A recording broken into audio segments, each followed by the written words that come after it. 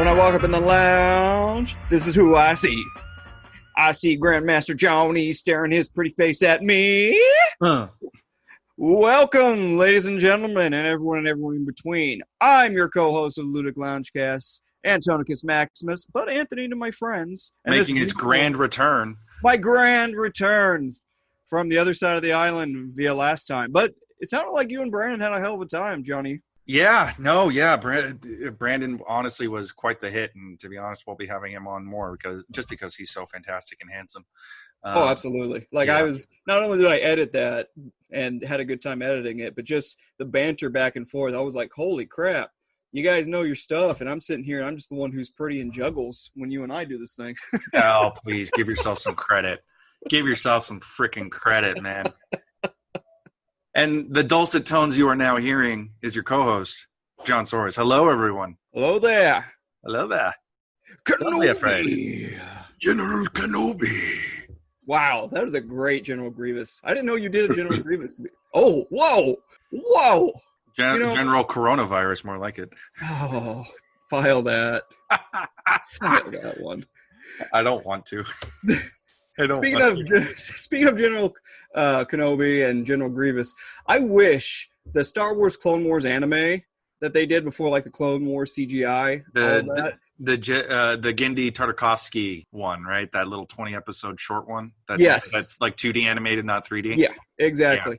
Yeah. I wish there was at least one thing that was canon from that, because apparently it's not canon anymore. I mean, the one thing that still kind of is canon is Ventress, because Ventress came out of that. And Grievous came out of that. Yes, that is true. So in a sense, they are canon. It's just the events of that version of the Clone Wars is not canon anymore. John, it's retcon pretty much, and they took like 2 characters from it and continued it. But I'm surprised because, we live in a world where everybody's cool with a DC multiverse. You would think that they'd be all right showing different versions of Star Wars, but I mean. That's not for me to decide, I suppose. I'm not from Hollywood. No, JJ fucked it over when he retconned everything, man. Well, I mean, I understand why. Yeah, because, you don't want a giant 30-year plethora of multimedia to make people go through. You just want to say, you want to start? Here's the movie. But, I agree to a certain point. But anyway, this is way off track what I actually want to talk about. So the one part I wish was canon in the I'm just going to call it the Clone Wars anime, was the scene where Mace Windu, like a motherfucker, goes and breaks the fucking robotic rib cage of General Grievous with the Force. Like, holy shit, man. Because up until that point, you were led to believe that's like, oh no, the good guy has light side of the Force. He can't really use the dark side of the Force powers like Force Choke and Force Lightning. But no, not Mace Windu. That motherfucker just went, oh, you're escaping, General Grievous? Nah, fuck you. Crunch. We both went crunch. And to be honest, it actually would support, the whole perception of Mace as the embodiment of the fall of the Jedi. Because, I think that's, I don't know how familiar you are with this, and we're going way off track with what we wanted to, but that's okay. We had a pre-show meeting. We're like, okay, let's talk about this. We'll sprinkle in that. And then I start off with Star Wars and just completely derail this fucking train. It's okay. We talk about Star Wars all the time. That's what Star Wars does. It just derails, and we go into wonderful places. Absolutely. Continue, John, with your wonderful place. Yeah, I don't remember where I first heard this, but the aggression of Mace is supposed to be indicative of the militarization of the Jedi. So I think he's the one who says we're keepers of the peace, not soldiers. He's the first person to say that, I think, and he by the end of that trilogy, he is leading an execution party. I don't think they start off as with the intent of executing the Emperor, but by the end of that encounter, he is more than willing to say, this motherfucker got to go. Yeah, and I think it's also a little bit loaded considering that, it's played by Sam Jackson, a black man. And I was just about to touch on that, man. I was just gathering my thoughts to make it sound eloquent. It's like the one person that has to radically militarize is the one pretty much sole black person that we saw inside of the Jedi universe at that point. Outside of Lando and all of that, but I'm just like the one Jedi, because he was the first Jedi that I'm aware of that was canonically black. Black. Yeah. I mean, you have Joe Lee Bindo, but even that was KOTOR 1, and that was like even before. No, that came after Phantom Menace for sure. So Yeah. And how many people are going to know Joe Lee Bindo from a 20-year-old KOTOR or Knights of the Old Republic for our younger friends who might be a little uninitiated with the Star Wars games, or her less nerdy friends who just have lives and have beautiful things they're doing with them and did so when they were teenagers when we played this game. And don't obsess over BioWare like Anthony and I do. Oh God, so much obsession.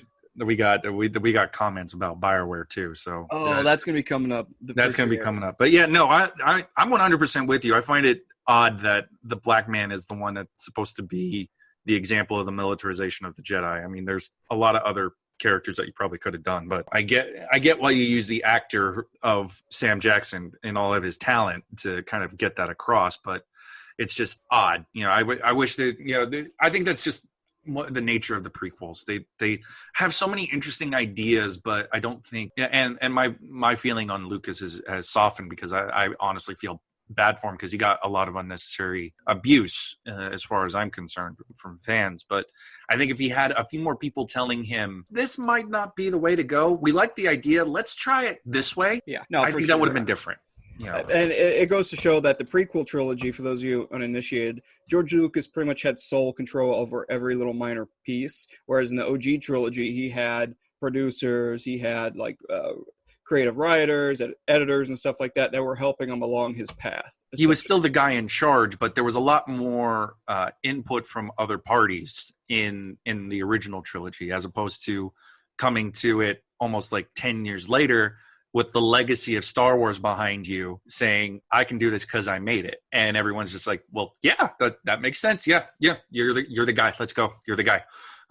So because of that, nobody wanted to really. Yeah. Again, I wasn't inside the rooms, right? I wasn't inside there, but from my perception of it, is that no one was there to kind of like, hey, you should probably rethink this sole black Jedi we have in our universe is the militant force one. Mm-hmm. And just not just that. I mean, other such travesties within the Star Wars prequels. Yeah, and a lot of, and this is turning into Star Wars talking, but we'll wrap that. We're gonna have to have a dedicated Star Wars episode where we just kind of get through all of this. Yeah, pretty much. At one of these days. But I think having Clone Wars around definitely helps flesh those out and puts them in a better context than I think that the performances and the nature of how the prequels were written and performed play out. So, I mean, you get more depth out of the nature of what that war is and what it does to people.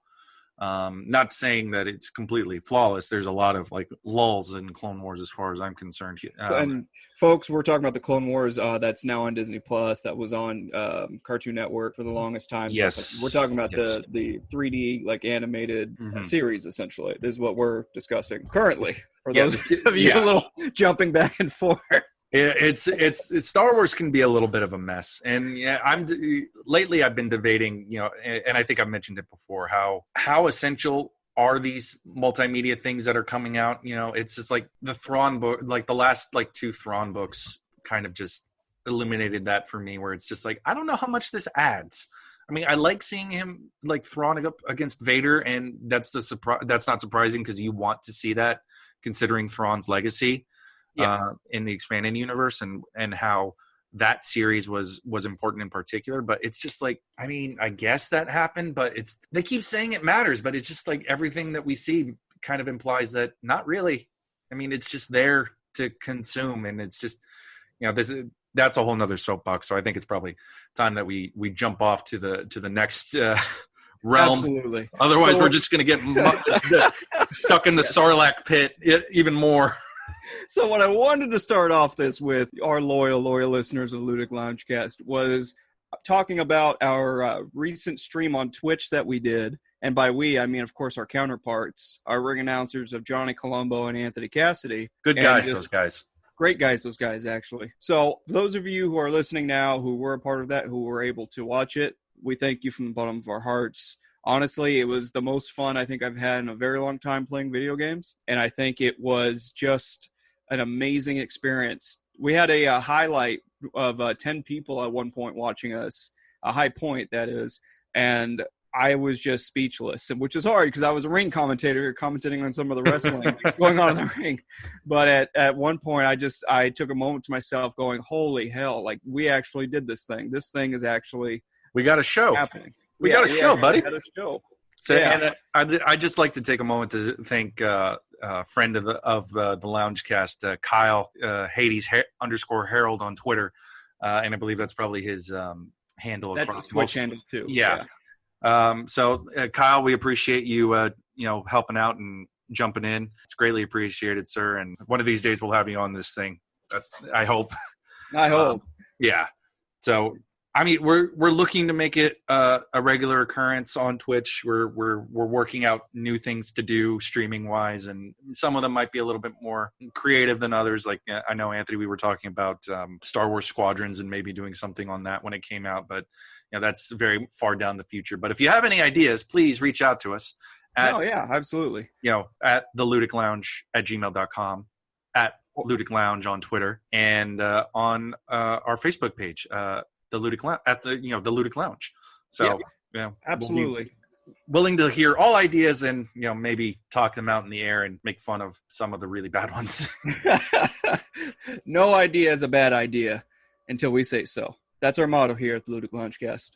Now, so moving forward to that, just piggybacking off John's words, again, that we're going to try to make that another staple of the Ludic Loungecast. We're going to try to put out as much content as we can, especially during these trying times where a lot of us are still quarantined. A lot of us are still choosing to stay in instead of going out like some of these other folks are with these minimal new openings and in our economy. Just remember, folks, there is still a virus out there. There is still no cure for this virus. So wear your masks. Stay a good distance from each other. And wash your goddamn hands. Wash your goddamn hands, you freaking heathens. What the hell, you fucking mooks. I have no idea what that voice was, but that was fun. I love that. That is the Ludic PSA of the day. The PSA, wash your fucking hand. Or is it an LSA? I mean, that's too close to LSD as far as I'm concerned. Oh, God, I wish I had some LSD. That'd be Do you though? Do you? That'd be a lot of fun. Can you imagine trying to do this fucking podcast? You'd be like, you'd turn into Macho Man for like an hour. Just, wow, man, freak out. Whoa. Oh, yeah. The Ludic Loungecast. I'm Anthony to my friends. Okay. I know what you're doing. You're setting me up for it, aren't you? Yes, of course I am, John. Of course. This is all I do. Okay. All right. I toss them up so you can toss them out. Cup of coffee, yeah. Cup of coffee, yeah. I am the Macho Man in the Ludic Loungecast. Yeah. Dig it. Wow, man, freak out. And I almost knocked my mic over. I almost fell out of my goddamn chair, you beautiful bastard, you. Oh, I hope I don't blow anybody's ears out. Editing this is going to be a fucking bitch, man. This was your fault. This was all your fault. That's all right. I take full responsibility of that. And speaking of things that are my fault, transition. I would like to now talk about a few things that have been going on that I've been playing, watching, et cetera, and John has been playing, watching, et cetera. And then, of course, we're going to have a little special moment to a actor of great renown who recently passed away. So, John, why don't we start off with you? What have you been watching? What have you been playing? Playing, unfortunately, has been slow. I've been jumping back into BioShock because Chelsea has been on me to kind of play it.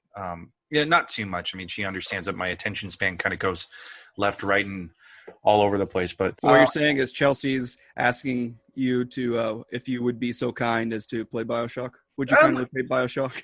I mean, in so many words, I suppose. I mean, she's just waiting for me to figure it out on myself. The problem is that I have ADHD, so I'm literally jumping around to the first thing that catches my attention. Wait, did you never finish the first BioShock? I never played BioShock altogether. Oh my God. Okay, no wonder. No, never mind. I made a nice BioShock 1 pun at you, joke at you, and it completely flew by your head because I thought you had played BioShock. No. Okay. My experience with BioShock is limited to a friend of ours playing through BioShock Infinite, like an afternoon.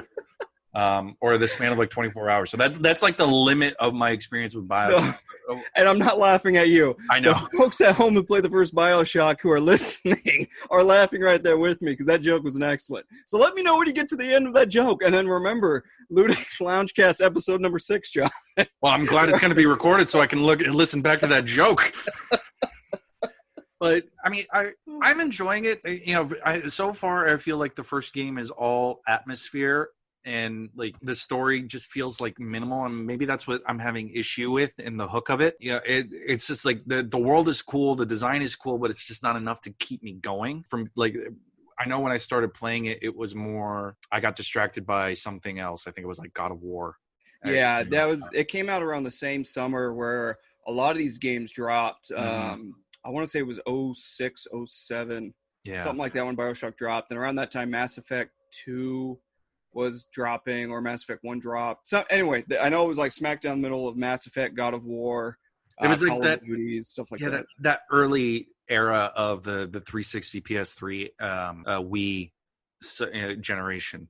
Yeah. So like I never got to it then. I'm playing it on a remastered PS4 now. So I'll report back once I've gotten through it a little bit more. Yeah. Like my attention right now is just kind of more like in the TV side and the reading side, because that's just what I kind of feel like doing. Sure. Makes sense. One thing I'm watching like fairly consistently right now is that Disney Plus has a show called Disney Gallery, and it's a documentary series. So it just talks about some of the stuff that's been going on in certain projects, and they have one on The Mandalorian. So that one was excellent. I was hoping you were talking about that one. That one's great. Yeah. No. So we're about, I think there's like 8 episodes. We're like 6 through. I mean, it's more like kind of just like a meal watch. So like if we're having breakfast or something, we'll just put that on. And it's fascinating to see how this show got made, because I honestly think Mandalorian is going to revolutionize how big budget show movies and shows get made. At least for right now, I'd say at least definitely it's going to revolutionize how Star Wars stuff gets made, because the volume, that digital set that they have, the concept of it is incredible. Yeah, and it's so incredible, actually, John. I don't know if I read an article recently, speaking of things this week, that same set and the same get-up they did for Mandalorian, they're actually also going to be doing for the Kenobi. I did see Ewan McGregor make that comment. So, yeah. I mean, it's not surprising. I mean, they're taking Deborah Chow, the director of the Kenobi show, was on, I think, at least 2 of the Mandalorian season 1 episodes. So, she's going from one show to another show. So she has the experience. She has the directing chops in general. So I'm very excited to see what they bring to Kenobi in the same design of what they did with Mandalorian, and, seeing how they expanded upon it in the 2nd season of The Mandalorian. No, absolutely. That's the one thing I'm looking most forward to, is just the start. Again, we've got little snippets here and there, little story tidbits they fed us. Even Ewan McGregor coming out on stage of a presentation saying it's happening. Yeah. But amongst a lot of the turmoil of it, like where they had to have drastic rewrites and stuff, I don't want people to freak out and think that this is not happening, even though that's of the mindset I take sometimes. Yeah. But a lot of times, especially on something this grand, rewrites are going to happen. Rewrites have to happen, because a lot of times rough drafts of these kind of projects are just hot garbage. They're just mumbled messages that are thrown out there. And so I'm looking forward, and I hope you guys are looking for it to not only happen, but have it done right. And that's kind of my other topic, because most recently in some other gaming news, like Cyberpunk, the new Cyberpunk game that's coming out, 2077, something like that. 2077. Yeah, that game just got delayed till November, and I made a joke about it on social media, because November is the month of my birth, and I went amongst and said, well, happy birthday to me. But that's with the most recent developments, that's one thing that I've learned as I've grown in my age and wisdom, is that things being delayed, I would rather have things being delayed than have things rushed. Exactly. For example, Knights of the Republic 2, which we talked about earlier, and of course I have to go back to Star Wars after we just said we're going to move off of Star Wars. I mean, it didn't hurt. It wasn't helping that I went to a documentary show about a Star Wars show. Yeah, that's totally fair. We're in the theme still. Fuck it, we'll do it live. In the Sarlaac pit. We'll do it live in the Sarlaac pit. So the Knights of the Republic 2, which was the sequel to essentially should have been Game of the Year when KOTOR 1 came out. But anyway, Knights of the Republic 2 was a rush job to where Obsidian had to just throw shit together and toss it out in the world. And that those veterans of Knights of the Republic 2 out there know and can feel it, because the first two acts feel good, and then it's that third act that just feels super rushed, super convoluted, and just you feel like a lot worse after playing it because you feel robbed, essentially. Yeah. Whereas you don't feel good at all. And honestly, John, I talked to you many a times about this. I would much rather have them waited like a couple months to even a year or so. Yeah. Put some final polishes on it, get some story pieces out on there, and then publish a final piece. But again, that's not how video game networks used to work back then. No. Publishers, etc. And probably still don't now. It's just that, you don't hear about those failures as much because the games just don't stick around as long. I mean, I think the closest thing is probably Anthem. That's comparable. And we'll see what happens with Anthem in the coming months or years. If it actually does this, Destiny-esque turnaround. Because I feel like Destiny had that. And we're going off a little bit of a tangent, totally. But it's fine. I mean, that's what you guys come here to the Ludic Loungecast for. Especially episodes with me and John. Like, if you want the nice, concise, beautifully paced episodes, you go to the one where John went with Brandon. Anytime I'm on, I'm just a fucking chaotic assassin of this podcast, and I just throw shit around. Give yourself some credit, man. I'm just as bad. I'm curious as to where the Anthem thing is going to go. Considering that there's a new console coming, I don't know. Is it worth putting in the time to put to redesign a game that nobody is effectively playing? Yeah, it's really not. I mean, at this point, it's lost so much fanfare over it. It is EA because it's BioWare, but BioWare, I feel like, is in this very delicate position now because they lost a lot of trust within the gaming public who supported them and backed them through all of their games, through Mass Effect, and even before Mass Effect, through Baldur's Gate. Was it Baldur's Gate? Baldur's Gate, yeah. Yeah, through Baldur's Gate and all of those other projects they did back then. But, I mean, it just, with Anthem failing as bad as it did and being rushed to market as much as it has, at this point, I would say just cut your losses and start over something new. Although there is something to be said for going back and trying to refix it and retool for those people who are just wanting the kind of experience Anthem can give you, I suppose. I believe one of the more recent Final Fantasies had something. I can't remember which one because I've never been in that genre. I think it was.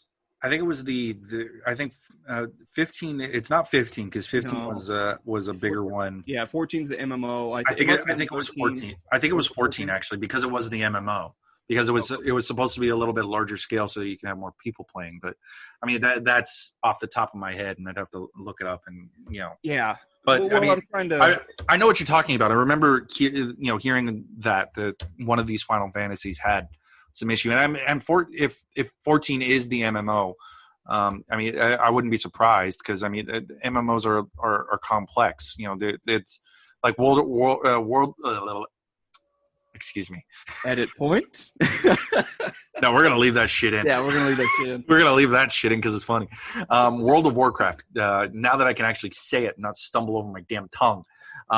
It took them a while to kind of build up that, and I think where they are now compared to where they started are two completely different places. But no, 100%. But essentially, with one of those Final Fantasies, I don't think it was the MMO one, or it could have been both. There was a standalone story that was rushed to market. Yeah. And they had to retool literally everything. I think it was 12 because you had the X and then you had the X2, or something like that. Anyway, maybe you're getting like 10 and 10-2 mixed up. I don't know. Jesus, I don't know at this point. Then the 2000s were confusing. Anyway, we went off did.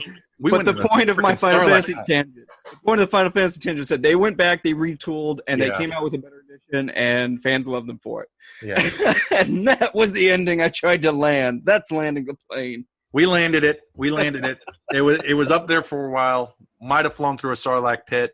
Not sure, but it's okay. Geez. But the other show I'd like to talk about is it's a smaller 2-season Disney show called Gravity Falls. It's an animated show, and the best way I could describe it is Sherlock Holmes meets Twin Peaks a little bit. Interesting. It follows a pair of twins named Dipper and Mabel who go to a town called Gravity Falls, Oregon, for the summer to stay with their great uncle Stan, who runs a tourist trap called the Mystery Shack, and it's just their adventures around this weird ass town where weird occulty shit happens. I've seen, my only knowledge of this show, honestly, is through the memes I've seen on the internet, but I know it's kind of one of those cult classics where a lot of adults dig it. Yeah, I had seen if not the first season, a majority of the first season. It fell into a little bit of the Young Justice trap where it kind of got played infrequently at odd times. The show ran for 2 seasons from 2012 to 2016. So 2 seasons over 4 years, and in most TV, you get a season every year. So, I mean, I think it kind of got a little bit shafted. This is just my opinion and, my recollection based off of, trying to watch the show when it ran. But going into the binge format on Disney Plus, I honestly think Gravity Falls is up there with like Batman the Animated Series and Avatar. Whoa! I think it's deceptive in how it looks because you kind of would write it off just because it looks super cartoony and it's very Adventure Timey, and I'm not the biggest Adventure Time guy, but it's really funny. But it's got a really cool and personal story throughout the heart of it. In part, learning more about the Grunkle Stan, their great uncle. They call him Grunkle Stan. Dipper and Mabel's relationship is fascinating to me. I mean, it's a little bit skewed in favor of Dipper, partly because unfortunately a lot of shows tend to default to the male perspective, but Mabel doesn't. I don't think Mabel gets shafted completely. It's they're just so the two of them are so different, but they work so well with each other, and you can see how they work. You can see where how differently they start from the beginning of the show to the end of the show, both personally as individuals and with each other after going through all of this weird shit and all the the mystery of it. It's a really nice coming of age show. It's really funny. There's a employee who works for Stan at the Mystery Shack named Seuss. It's short for Jesus. Oh, okay, I was gonna say Seuss, like Dr. Seuss. Yeah, no, his real name is Jesus, but everyone just calls him Seuss. Oh, okay. SOOS, and I made a joke. It's like if somebody said "Hey Seuss," they'd be saying his name, and then immediately after, Dipper said "Hey Seuss." I love when shit like that happens. I know, and I just love doing Zeus's voice because it's very distinct, and it's one of the ones that I can do pretty well. It's like, oh, dude, welcome to the Mystery Shack. My name is Zeus. Whoa, yeah, dude, excellent. Yeah, I'm doing this. I'll be doing this all the time. Be sure to tip your waitress. God, what does it sound like? It sounds like John Travolta in Saturday Night Fever mixed with Al Pacino in what movie was it where he's like, Gattaca, Gattaca. Dog Day Afternoon. Yeah, Dog Day Afternoon. Mixed with that. Oh, yeah. I'm here to protest about Gattaca. Come on now. Oh, yeah. This is only for Anthony, yeah. If only this is on video. Now you could see how much he's dying. This is going to sound so weird. This would be awful. Oh, my God. Jesus. Okay, let me do this. I'm going to just derail the show even more at this point because we're already here. I'm not helping. No. What, for you, John, would you say are like your top, I want to say like top 5 impressions you can do where you can just tickle the audience a little bit? And maybe, I don't know, they'll want to email us or add us on Twitter or DM us and just... Are you talking impressions that I can do without hesitation, get into it immediately, right? Let's do your top 5 favorite / which ones you can, whatever. Okay. Well, I think I can do the top 5 favorite. Pacino is one. I love your Pacino so much. Oh, thank you.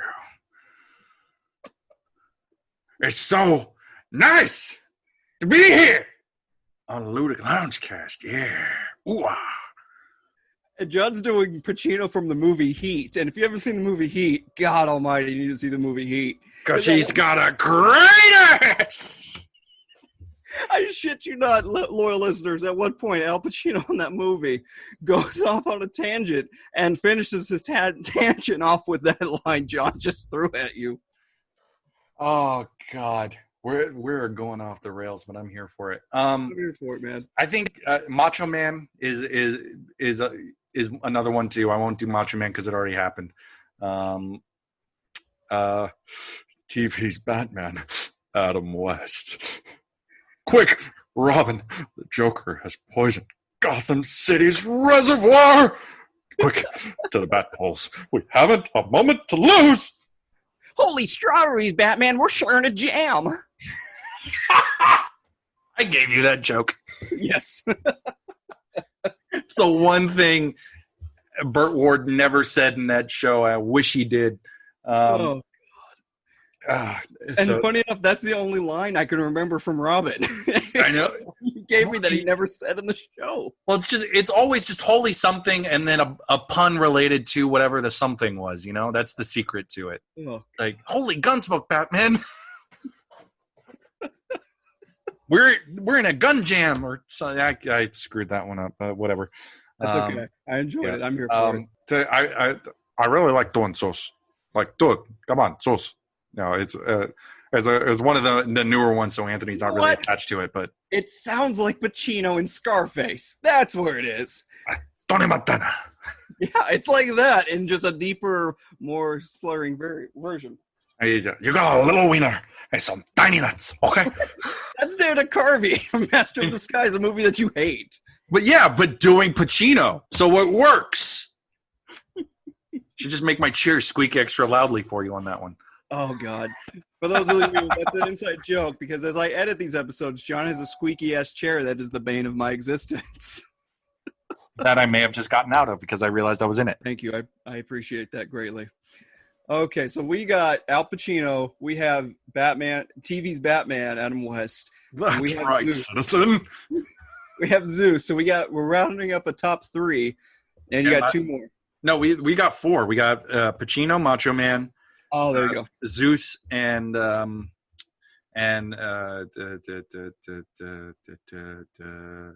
West. Yeah. Okay. I had a brain fart. It's gonna be fun to edit this one. Oh, Jesus. Five. What is five? I don't know.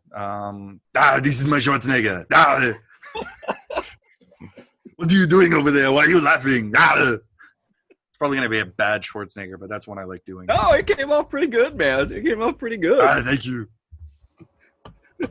Where's my maid? Oh, God. Arnold, if you're listening, please don't sue me. I'm sorry. I love you. Not too much, but enough to get me out of... I'll get to the courtroom. Get to the courtroom. Get to the chopper courtroom. Dick Wolf should make that show. Chopper Courtroom. Oh, God. Man, we went off the freaking rails, dude. Yeah, pretty much. I'm here for it. It's fun. I'm here for it. But it kind of leads into my next topic, oddly enough. And that was... I had one thing, you hold on to that topic because I got one thing that we wanted to talk about. I'm holding on to it.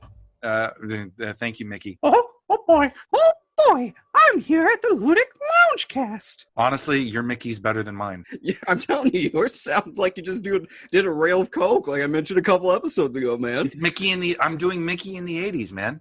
It's like, oh boy, I can't wait to do all this blow. Oh, Bluto, get in on this shit, man. Oh, instead of Bluto, it was just Bloto. Oh, God. Oh, Jesus Christ. No, but I understand your confusion. It's going to stick, man. I'm telling you, I'm going to make it stick. You're sure as hell going to try and probably succeed because, it's our show. We can do whatever the hell we want. Absolutely. To get us back on the rails and land this fucking plane, at least my fucking plane. Your plane, I don't know what's going to happen. No, mine's just spinning out, going to go to the Bermuda Triangle with Superman. Like, that's all I got. I took some fun detours. You took me on some fun detours, but I'm going to land my goddamn plane. Go for it. I reread and partially new read because some of the material in this book was new to me. Some material from Darwin Cook, a legend. Yes, bitch. Continue. I thought you were doing like the pigs in space bit. No, I was just super excited and wanted to just yell, yes, bitch. Yeah, because goddamn, I love fucking Darwin Cook. I miss that man. For a man I've never met, I miss him dearly. So give an elevator pitch of who Darwin Cook it is, or was, I should say, and why he's so important to us, John. For those who are uninitiated or unfamiliar with the comic book world, Darwin Cook was a cartoonist, and a cartoonist in this sense means that he wrote and drew a lot of his own work. He did write for other artists. He did draw for other writers. But his big claim to fame was the stuff that he wrote and drew himself. He worked on parts of Batman the Animated Series, and more notably, he worked on Batman Beyond as I believe storyboard artist and somewhat of an animator. Don't quote me on that. Please double check that. But he did work on those shows as a designer. The Batman Beyond costume, I believe, is his. He designed that. Hell yeah. But the big piece of Darwin's legacy that will probably always be remembered is DC: The New Frontier. It is a 6-issue series that is set in height of the Cold War, 50s, 60s, and focuses on the Silver Age of DC Comics, and tells essentially like a story as to why these characters matter, and in the through the context of the time that many of them came into existence. He also did towards the end of his career, did a series of graphic novels based off of the character Parker, created by a crime writer named Donald Westlake under the pseudonym Richard Stark. And if you want a pure distillation of Darwin Cook as a person, the Parker books that Darwin did are a perfect example of what tickled his fancy as a creator, what caught his attention. I got a new edition of the Parker books because I think the ideal way to read Parker by Darwin Cook is through what's called the Martini editions. And they're these giant, it's the biggest book I own. It's almost, I think it's the second biggest because the other one is the newspaper tabloid edition of Superman versus Muhammad Ali. Yeah. And the Martini edition of Parker, it's huge. And it has 4 stories. 2 are the graphic novels, the Hunter and the Outfit. And then there are 2 short stories that work in between. The first short story is between the 2 books, and then there's an exclusive short story that comes at the end of it all. And it's all Darwin. It's just him. He's just adapting the novel. He's not writing. He has no other person working with him. It is just watercolor and brush. It is a pure distillation of what he was as an artist. And I just finished reading through Parker earlier today when we were recording, and there's a power to it. The Hunter is notable because like the first 11 pages, it's completely silent. It's completely silent. There's only one line where it's the opening line of the book is when the fresh-faced guy in the Chevy asked Parker for if he needed a ride. Parker said, "Go to hell." That's the kind of story you're in for. And you don't see Parker's face until 11 pages in. It is the one thing I will say about Darwin is that his work felt alive. It was always something in motion. I remember reading something that somebody said about his art once is that any image Darwin did told a story. Every single one. There was he did a series of variant covers for DC a couple years back where it was just him doing various covers on different series, and each one is essentially its own narrative. There's a beautiful one where it's Batman half out of costume, so it's just he doesn't have the gloves on, he's not in the mask, he's just sleeping in a chair, and Alfred's putting a blanket on top of Bruce. So it's just like this. Darwin understood character, I think, better than so many. If there was a Mount Rushmore of writers who understood how character should work, how people should work, I think Darwin would be up on there. No, I 100% agree. And especially the portion that you mentioned of it just coming alive. Every panel he drew and published and that was out there came alive. And that's why, honestly, not only is New Frontier one of my favorite things in the comic book industry, period, not even just books, just period, everything and anything in the comic book, but when DC adapted it to one of their animated movies, it's again one of the best DC movies, shows, whatever out of there. If folks listening at home, if you haven't watched New Frontier by DC, the movie they did based off of Darwin Cook's book on it, you're missing out. Yeah, it was a hell of a movie. It's officially titled Justice League: The New Frontier because it's sexier that way. You get people drawn in, and Darwin was directly involved with that movie. So I think it shows. Yeah, because the integrity of it remains. And to be honest, I think his Wonder Woman is one of the best iterations of the character. Oh, yeah, for sure. She goes, like, one of the first panels, and I'll never forget this panel that you see that Wonder Woman is introduced. It's when Superman is going, I think it's in Korea. I think he's flying into Korea or Vietnam. I was inclined to say Vietnam, but I think Korea is probably a little bit more with the period that the book is in at that moment. Yeah. Well, either way, so Superman flies into here because there's some unrest, and then he stumbles upon Wonder Woman who's helping these native female villagers, and they're celebrating. And, Superman's like, what are you guys celebrating? And make a long story short, Wonder Woman's like, yeah, I freed these women, and they killed their captives. And Superman goes, we're not supposed to be active. We're not supposed to be killing anybody. Wonder Woman goes, no, I didn't kill them. I just set these women free and just said, do what you will. And gave them the choice that they were never given by society. It's just like exactly. you have the freedom to do what you so choose. What are you going to do with it? And I don't think Darwin would agree with that per se.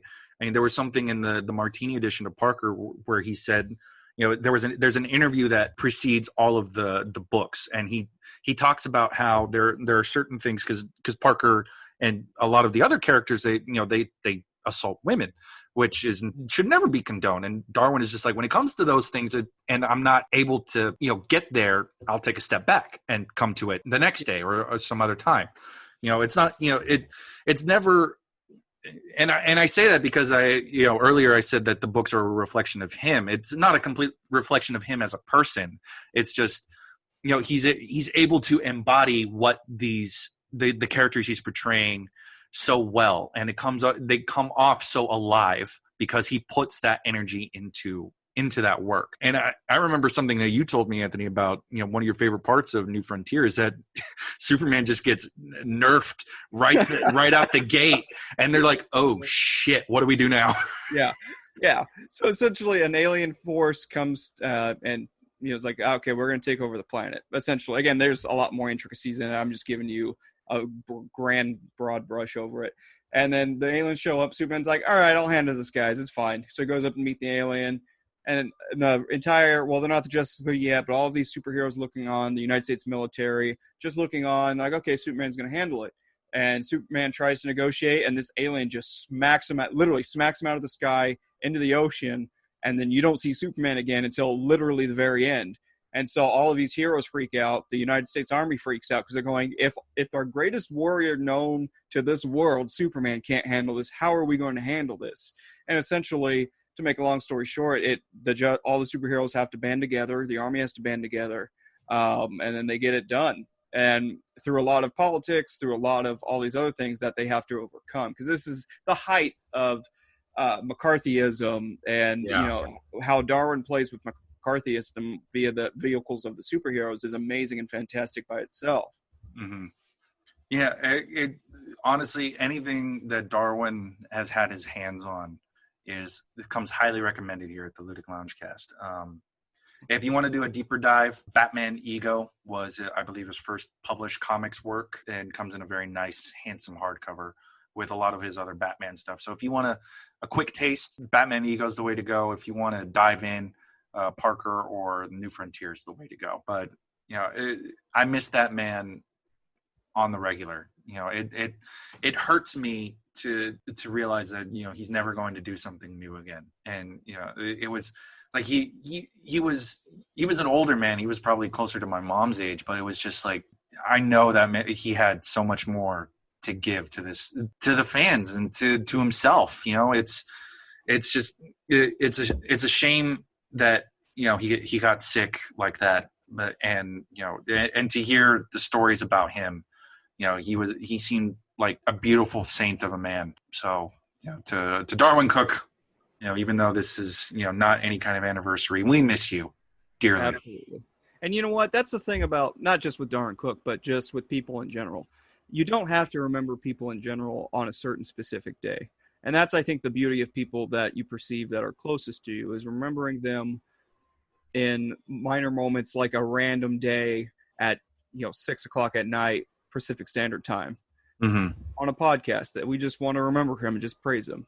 And that's the beauty I think people forget, is a lot of times people wait till a specific day or a specific time. And I don't know, there's something to that, of course, but I think there's also something to just remembering a person and how they affect you just on a random day. I agreed. That's about it for me on what I've been consuming lately. Anthony, what do you got? Well, via the last podcast that you and Brandon did, the topic that you all brought up was, oh God, now I can't think of the actor's name. Timothy Chalamet? Timothy Chalamet. He's going to be, he is related to Dune! We have to do that for Dune. He's going to be playing Paul Atreides in the new film adaptation of Dune. Yeah, and as you guys were talking about Timothy Chalamet, it reminded me of my Charlemagne. May my armies be the rocks and the trees and the birds in the sky. Are you kidding me? Yes, that's my only contribution. Are you kidding me? That's it? That's why you wanted me to bring up Timothy Chalamet? Yes, John. So I could do my shitty Sean Connery impression from Indiana Jones and the Last Crusade. That's right. I just remembered my Charlemagne. I am a dirty, dirty whore. What? Oh, God. It's going to take me a little bit to forgive you on that one. No, that was a great. So, for those of you listening at home, our loyal listeners, John, as I was editing, I got to the part where they were talking about Dune, of course, as eloquently as they were. And I was like, hey, I have a little piece about Timothy Chalamet. And I was going to set John up on this long con, thinking that I want to add to his Dune conversation, or just the actor. No, he just wanted to make a fucking Sean Connery joke.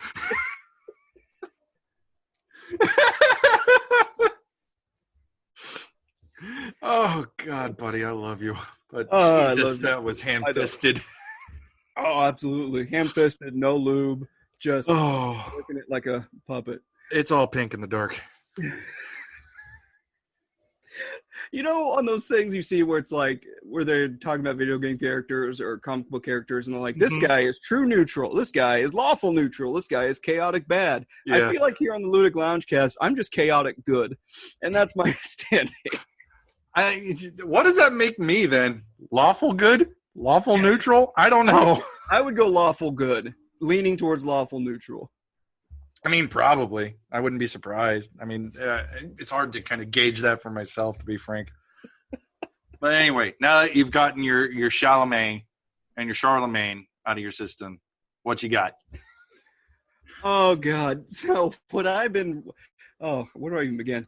So playing-wise, yeah, we'll go with video games first. I haven't really touched many of things as far as video games. I've been wanting to get back to Shadow of War on Xbox Game Pass that I talked about, I believe, last time I was on Ludic Loungecast. Yes, sir. Unfortunately, I've been diving a little bit deeper into Ludic Wrestle League. I've been editing a few things, doing some more content, purposeful things, and I've been working on a little bit more content for the Ludic Loungecast via Twitch and stuff, and YouTube, of course, our YouTube channel. Because everything we put up on Twitch ends up on our YouTube page, youtube.com/The Ludic Lounge, I hope. Plug. It'll be in the show notes, I hope. John, do you want me to go into what I've been doing a little bit? Yeah. Okay. So essentially, with how well we've been working with Ludic Wrestling Lounge, I spent way too much time on the new MLB The Show 20. And in that game, essentially when you start a franchise mode, you can replace teams and create your own teams via franchise mode. That's only for the major league brands. You can't deal with their minor league affiliates, which is fine. So I literally went through, this was last night and today, and I think, yeah, I did it for a little while. Anyway, what I'm trying to get at is I replaced every single Major League Baseball team, replaced them with a new city, new town, new city, new baseball team. And then I because I'm just a mad lad apparently, I went and I edited every single roster to where there's not a lot of big names that you would know, but just some names in there. And I'm going to slowly maybe go into there and edit all the guys in there to represent people that you may know. And that's part of our Ludic Lounge universe. Does that mean Johnny Cassidy should make an appearance as a baseball player?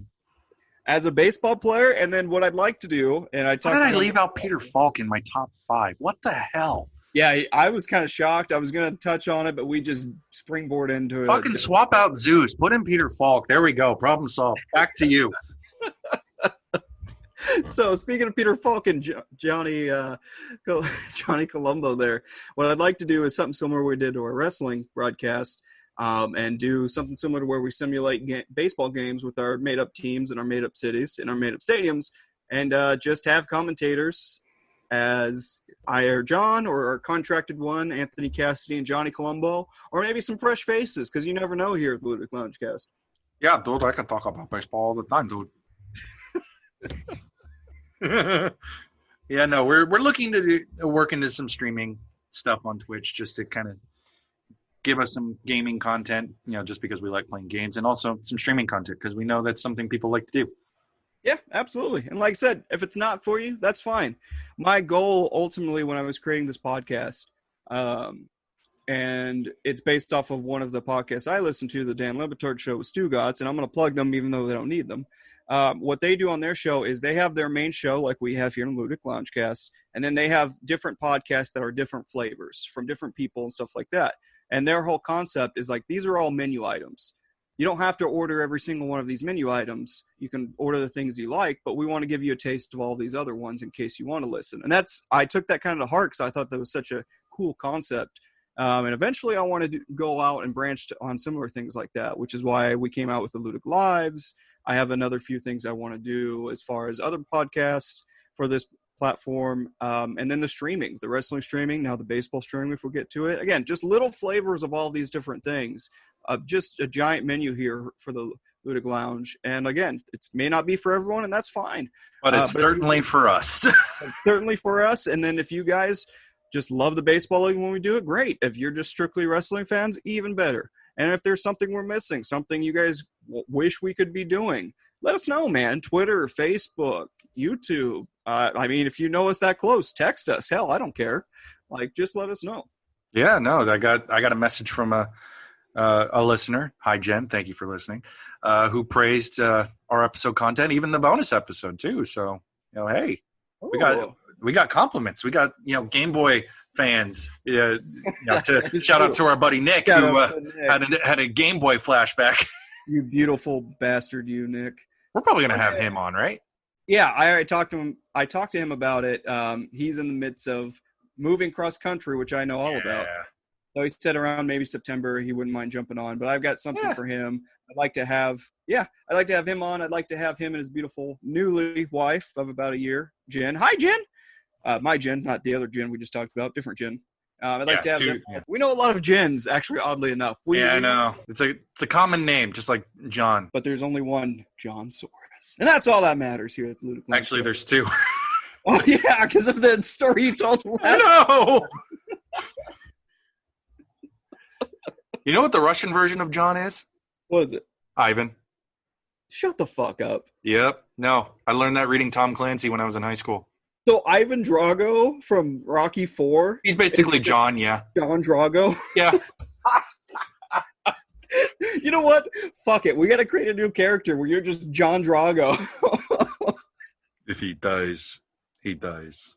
God, I love that so much. That's got to be like a name of a character we do, or like a streaming name or something, because that's just too amazing and too much of a coincidence. I mean, if we were able to do that boxing streaming that we had wanted to do, there would have to have been a John Drago.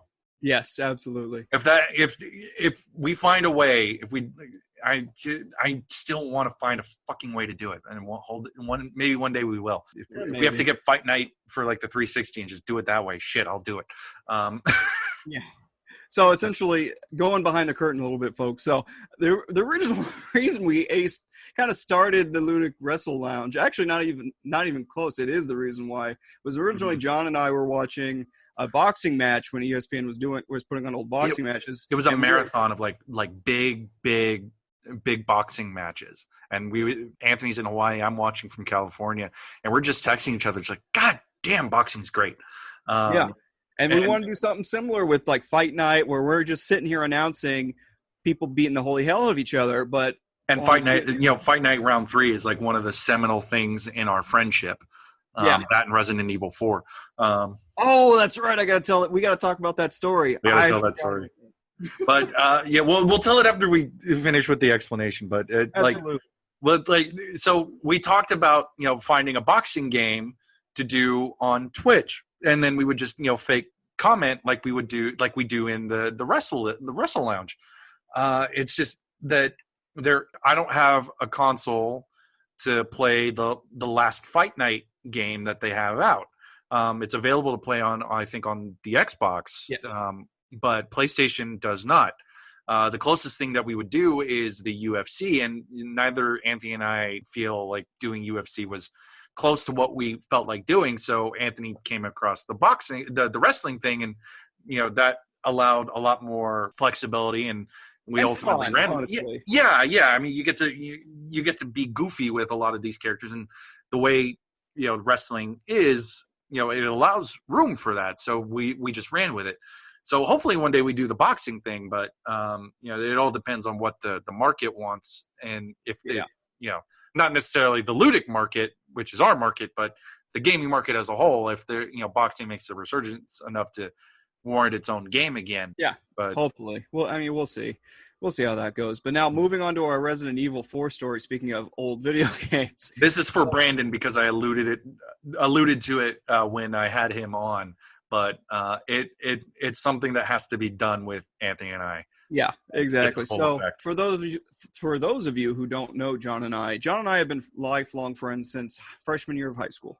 Yes. And that's a podcast within itself, how we met and how we grew in our relationship together. Freaking drama class. Yeah, drama class, right? Who would have thunk it? So essentially, John lived very close to where I was living with my parents. So it was like maybe a 10-minute drive, 20-minute drive tops. Yeah.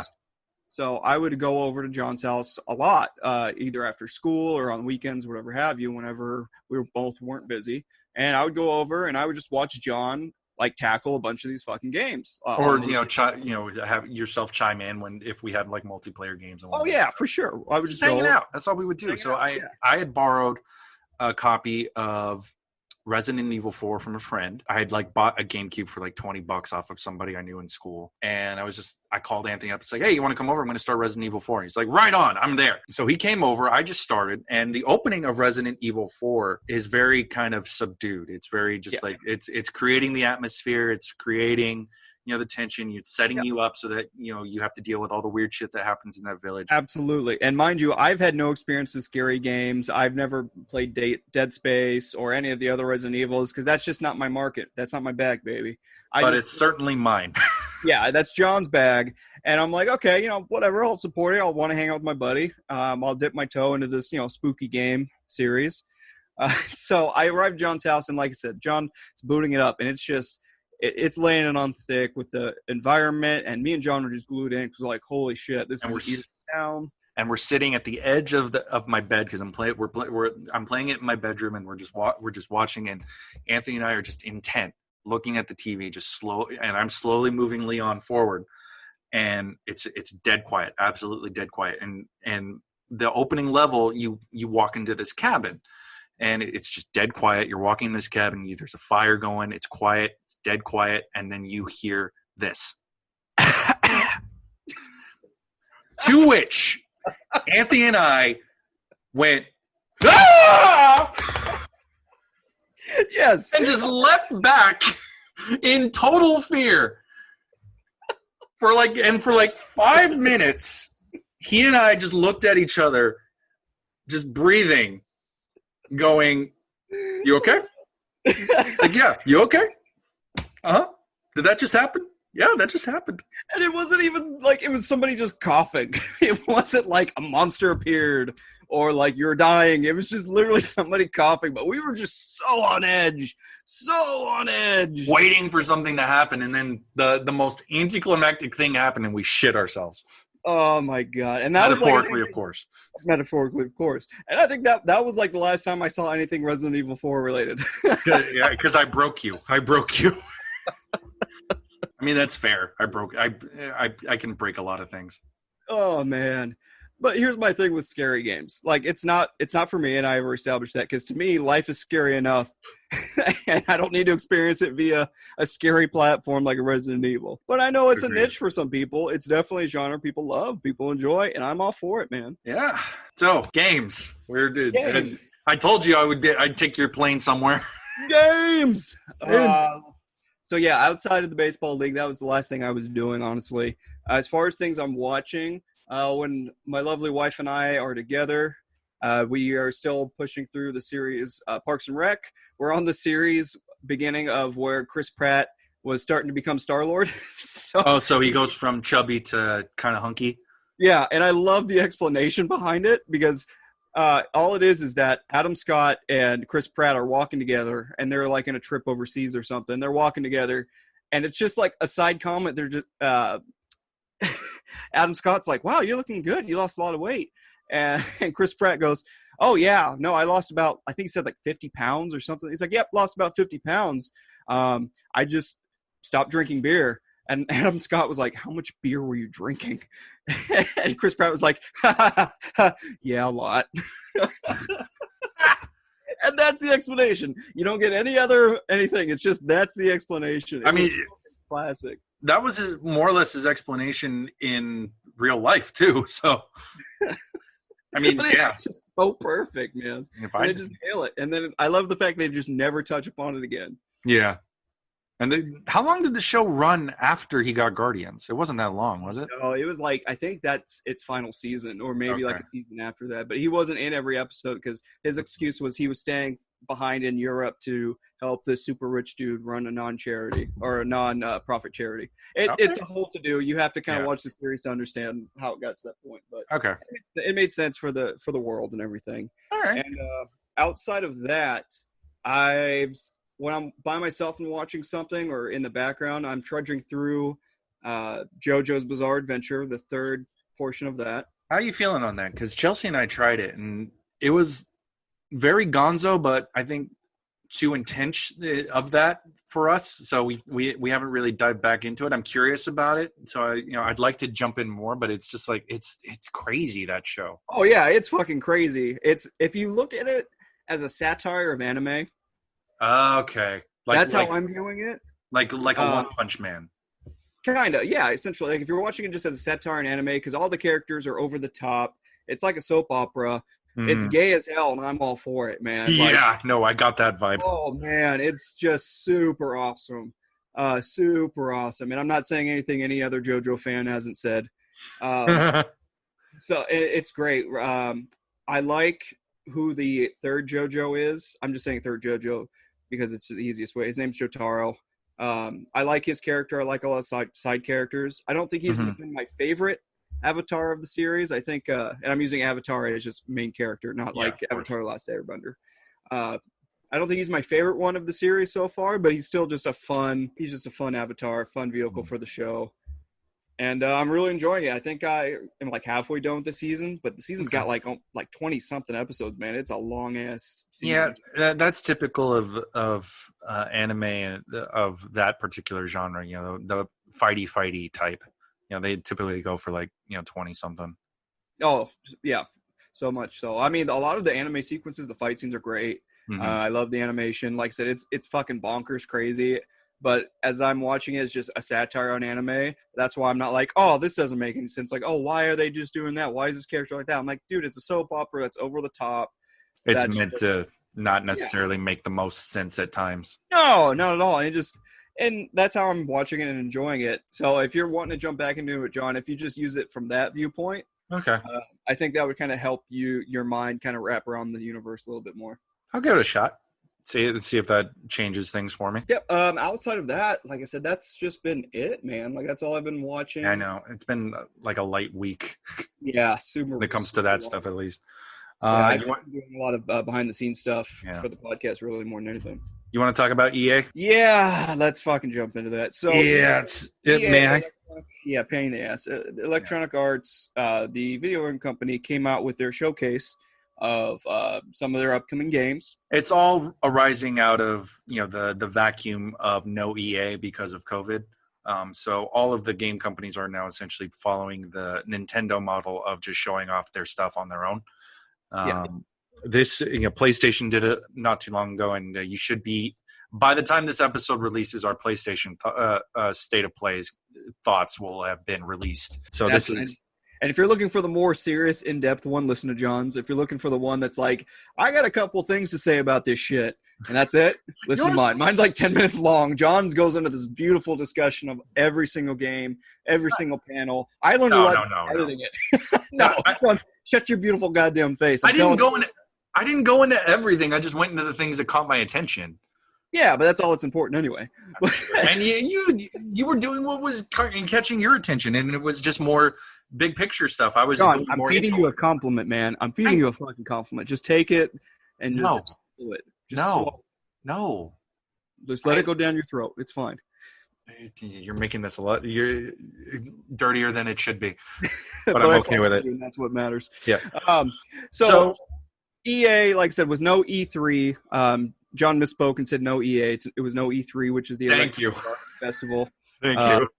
That a lot of times people go to in LA that showcases all of these with different panels. It's like a Comic-Con exclusively for up-and-coming video games, essentially. Yeah. And so with that, EA came out with their own stuff showcasing some games. Now, here's my thing. I knew that there wasn't going to be anything that I cared for outside of one game.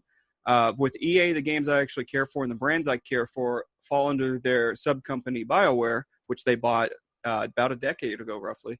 Around after the first Mass Effect. Yeah, so it was about a decade ago. That's crazy to believe in itself. Tell me about it. So with BioWare, John and I are grants. We love their stories. We love their characters. They're not perfect. There's a lot of things you can nitpick, of course, especially when it comes to a lot of things they say about society as a whole. That they miss, and we'll just stop it at that because that's worthy of a podcast within itself. Yeah, that's the BioWare podcast after the Star Wars podcast. Yeah, essentially. And again, like I said, we love the Mass Effect universe. We love the Dragon Age universe. And we love a lot of the stories they tell and the in-depth worlds which they bring you in. But I knew from past examples of EA, they weren't going to announce anything within those two realms. They've been keeping their lips very tightly sealed regarding new Mass Effect content and Dragon Age content. We've gotten like little teases post, during the live stream and post the live stream of what BioWare is doing with Dragon Age. It was literally just like pictures of weird magical fields and a big giant tree. Certainly looks pretty. We know that Dragon Age 4 is coming. We just don't know anything else it's likely going to be for the next generation of consoles. But we have no idea outside of a bare like glimpse of what the story might be. We don't know anything else. We don't have any kind of expectations. Same with Mass Effect. I mean, everything falling out of Andromeda has been pushed away. Yeah. If we do get resolution to Andromeda, I'd be surprised. I'm more likely to guess that they would put out the remastered trilogy before they do anything with Andromeda. For sure. But I mean, if I can talk about the live stream a little bit, Anthony,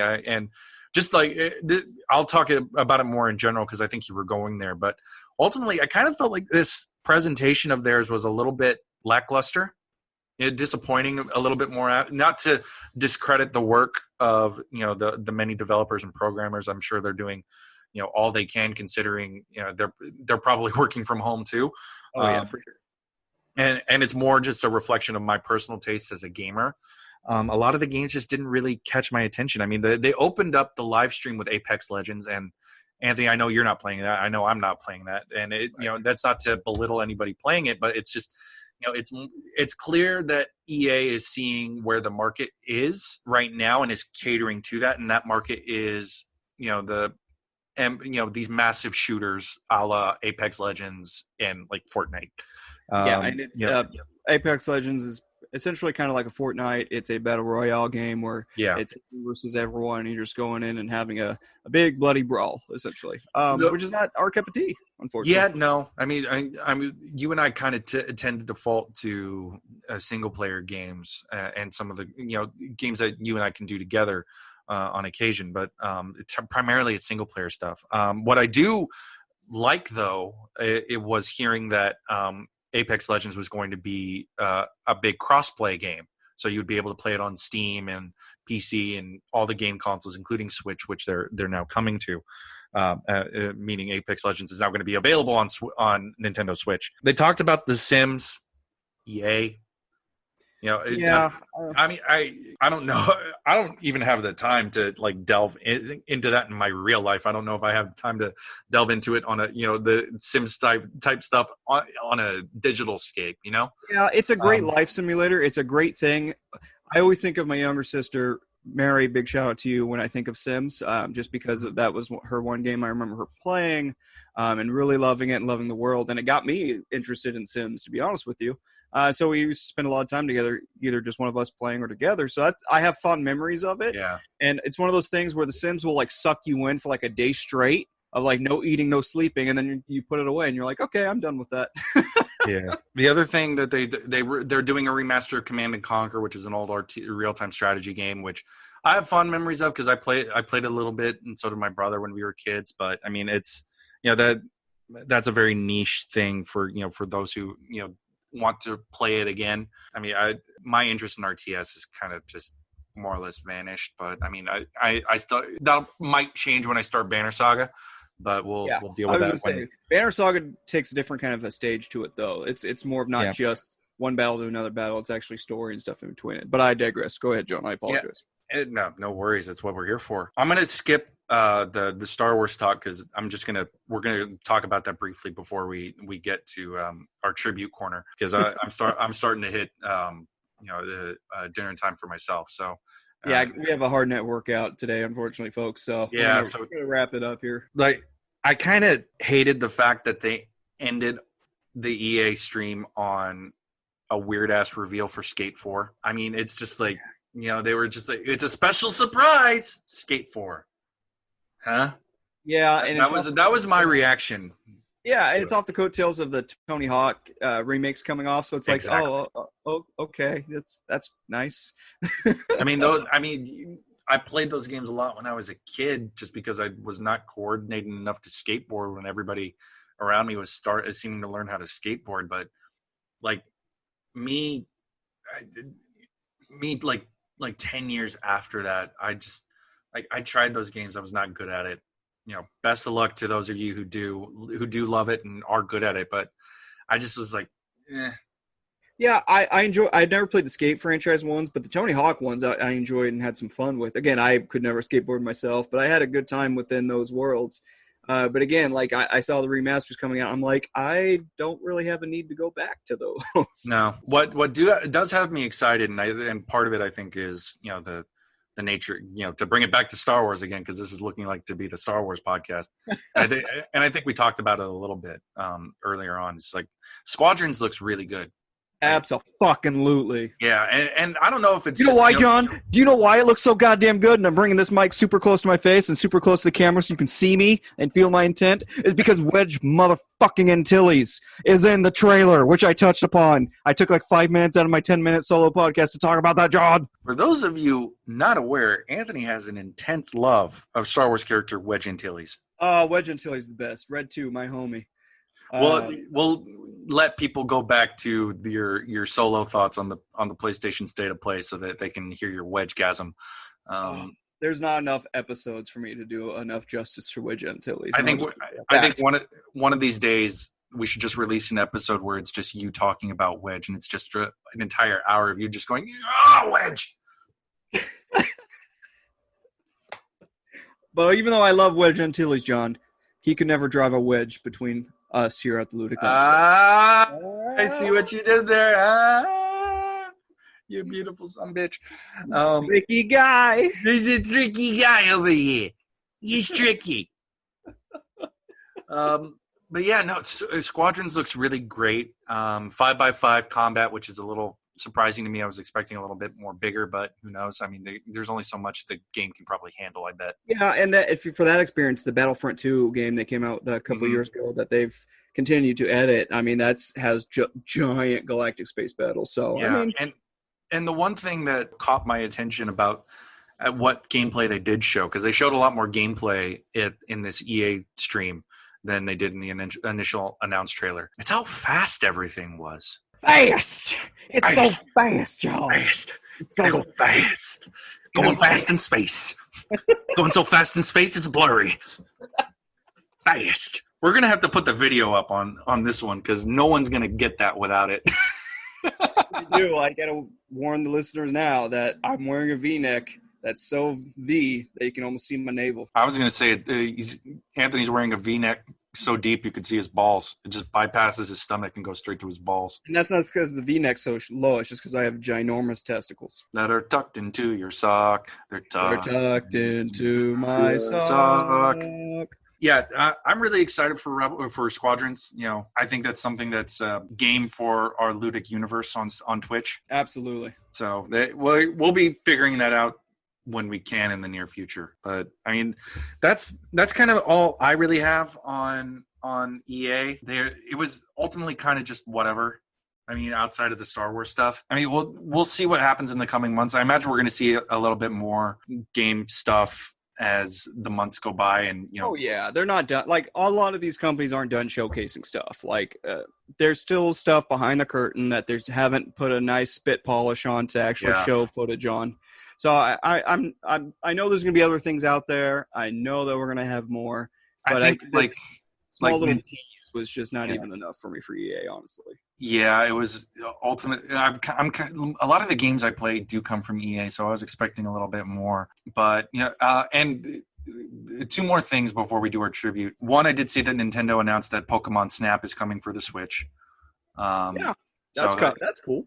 Yeah, I remember that when I was a kid. So I think we'll expect a little bit more from like Nintendo and whatnot. And just to touch on Spider-Man Miles Morales, because I know you were a little. You commented on it in your solo podcast, Anthony. It was it's looking to be a standalone. They finally confirmed it. It is a full game from what we know. Awesome. So I understand the confusion. I was confused too because the Sony folks made it a little unclear, saying that it was just. I think the intent was to show that it was just coming out, something that was spinning out of that first Spider-Man, and I think the message kind of got misunderstood. Insomniac Games, who develop that Spider-Man series, said this is a standalone game. It is not DLC. It is a full Miles Morales experience. Yeah, they need to work on their communication then, man. Like, that was the most confusing thing. Which is funny because Sony actually owns Insomniac now, but, after the Spider-Man game came out, so I'm just like, did none of y'all fuckers talk? Really? You couldn't have, made that a little bit clearer? When you announced this shit? My last email. Yes, some bitch. Don't you read them? Yeah, pretty much. But should we bring this plane on home? Absolutely. So we on home. Get it? On home. Hi. A man died, John. A man died. I know. I feel bad now. So Sir Ian Holm passed away, who is an actor of great renown. And John and I would like to take just maybe a minute or two just to talk about our favorite roles of his and just how important he was into shaping some of the worlds. I'll go ahead and start. For me, it was most definitely playing Bilbo Baggins in the Lord of the Rings franchise films. He did such a great job of bringing Bilbo off of the pages and into real life. And again, Lord of the Rings doesn't necessarily surround itself around Bilbo. He's not the main character, of course, but he was just such a great character in the novels. And Sir Ian Holm actually did such a great job portraying him. And like I said, if I go back and read Tolkien, I just see him in my head for that character. is quite literally my headcanon for Bilbo Baggins. From that point that I first saw him and all the way up until now. Yeah, I think Ian personified Bilbo in a way that I think like somebody like Mark Hamill or Kevin Conroy do for Joker and Batman, respectively. Absolutely. I think he defined what Bilbo could do, in the context of what they needed him to do. And the thing I love about Ian Holm's acting was that he had life to his characters. Yep, absolutely. There was always kind of there was something about them that felt like he clearly did his job. He put in the time, he put in the effort to understand and put in value to the character that he was playing.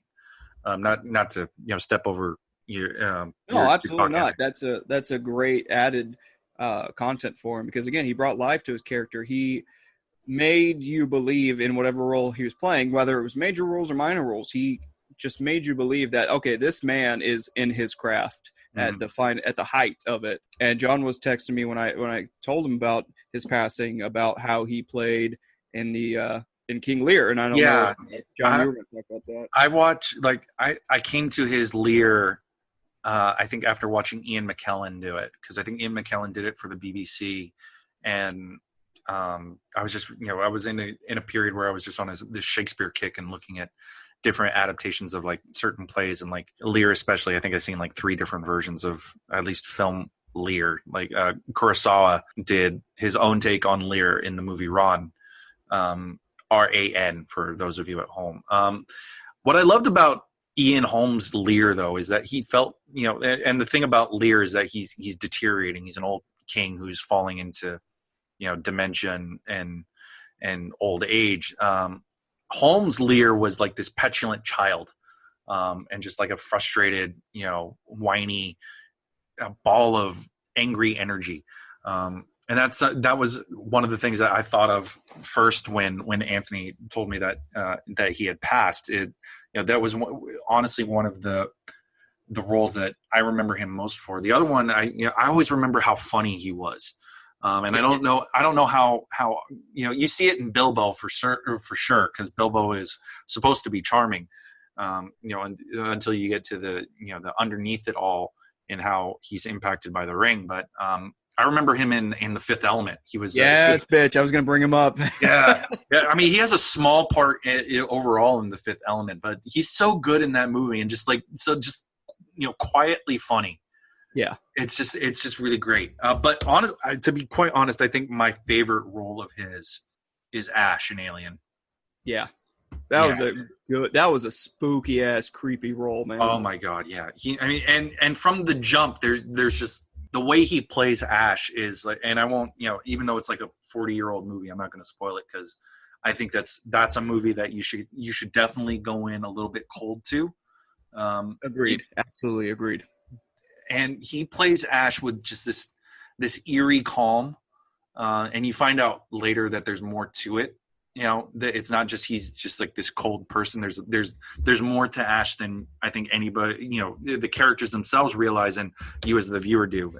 So yeah, and it benefits from the rewatches too, because once the story about, once you've gotten through the story, to go back and see it again, to just catch those little ticks and nuances. Yeah, the little nuances, absolutely. I think the other thing I should mention is that he was in Ratatouille. So for those Pixar nerds, he has I believe, I haven't seen that movie, so I haven't seen the movie, man. I haven't seen the movie. I just figured I'd do it justice, because it seems like Pixar is always popular, and unfortunately, you have to pick out the big things that people do when they pass. Unfortunately, but he honestly, he had one of the best voices in cinema in general. I mean, absolutely. You could hear his part in Lord of the Rings. The road goes ever on and on. Oh, it haunts me sometimes. Where it begins. Or so beautiful. Just follow if I can. Oh, he had Parkinson's.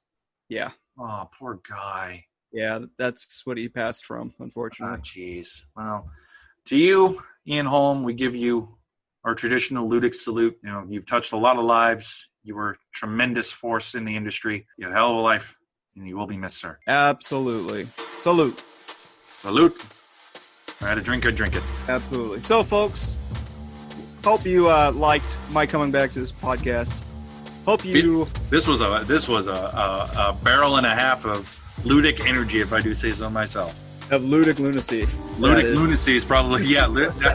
Wait, fuck, you just gave me the episode title. There you go. So, thank you for allowing John and Brandon the space in my absence. I hope you enjoyed it. I hope overall that you're rating and reviewing. It helps podcast visibility. It helps get our message out there.